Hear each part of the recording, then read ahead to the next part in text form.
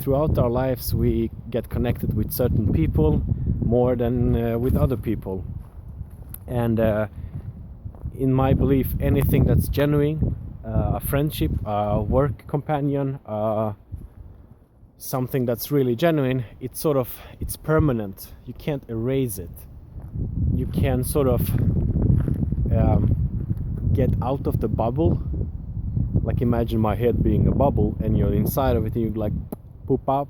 You can see it from the outside, what has happened, what's been there in the past, in the present. But you can never sort of erase that. You can never deny something, you know.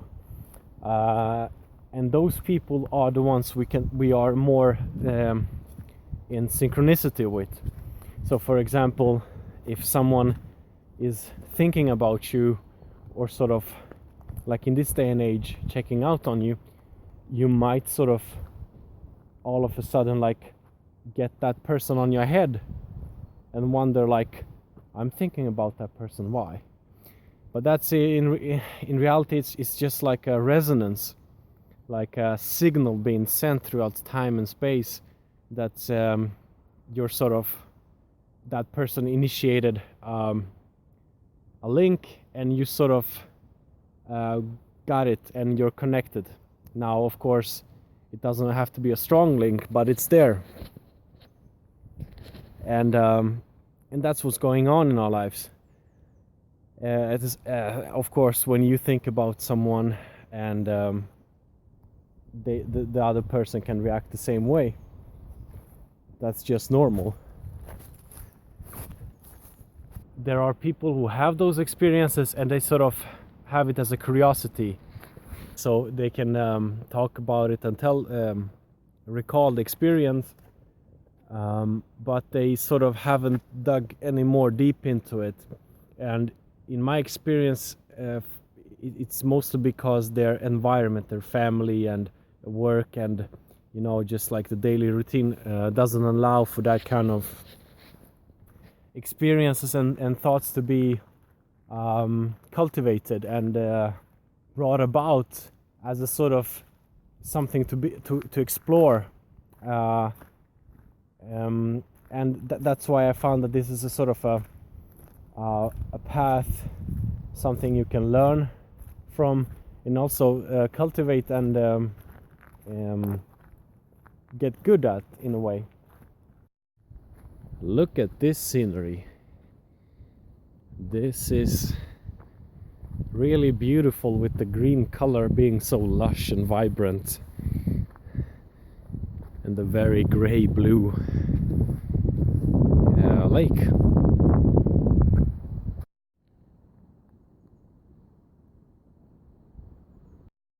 In the same way, you have the situation where ideas around the world sort of start to flourish at the same time on different places independent of each other.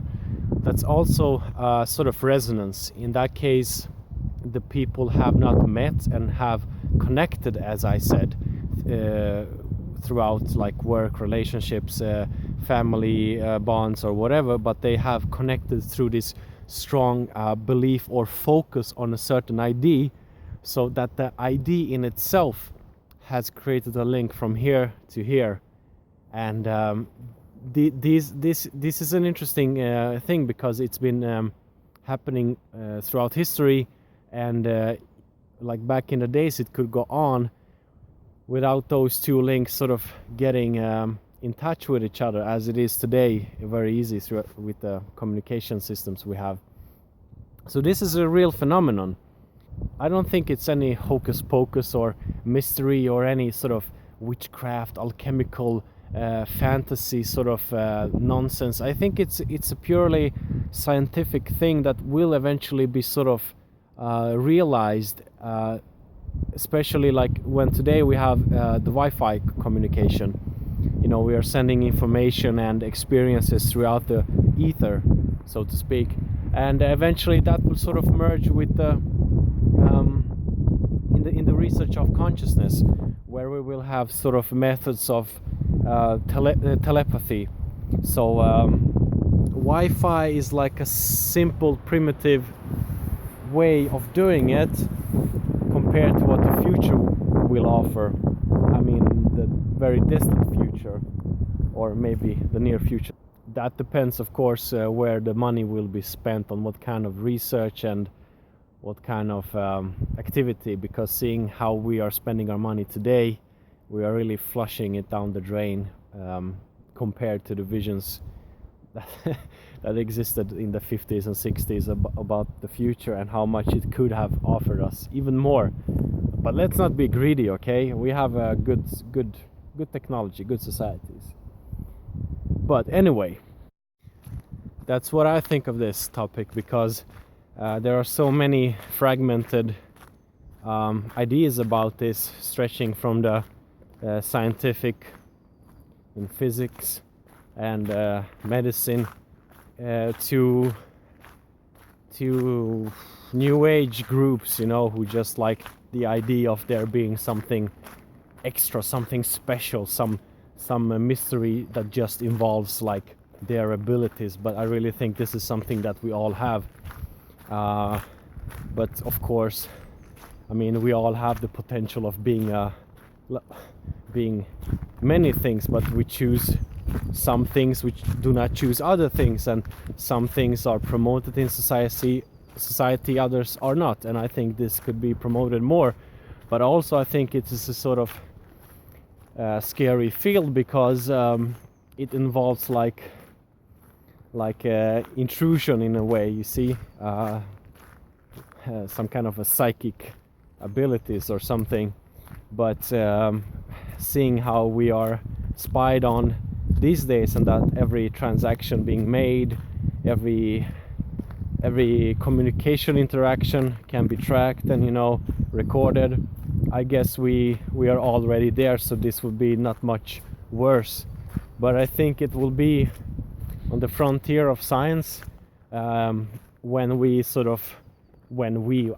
the global research on the hard problem of consciousness gets sort of really going on, and when we come close to the answer of can a mind, you know, our consciousness, be downloaded and uploaded, or maybe if it cannot be downloaded and uploaded, can it be sort of enhanced, that like this kind of telepathic, psychic signals, whatever we want to call them, that they can be enhanced and sort of more organized. Imagine having an app for it. Connect my brain to that person.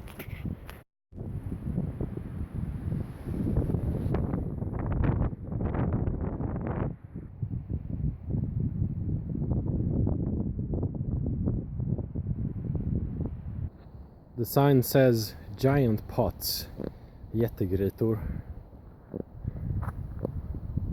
Let's see what it is. I like this when they use the environment to create functionality. Now let's see the pot. There's a pot, we can't see the bottom. There's water there. This was apparently made in the ancient ice age, where a rock would sort of get stuck and spin around while the ice overhead was moving or something, so the stone would, like, you know, make this nice round shape. As you can see, inside this cavern there are more shapes, circular shapes, like here. So there are many. There. Once again, ordinary run in Swedish nature always offer these kind of side paths where you have the presence of natural chronology. Okay, I'm done with my pass a while back, and it started to raining, and I'm done. So all the best, and take care.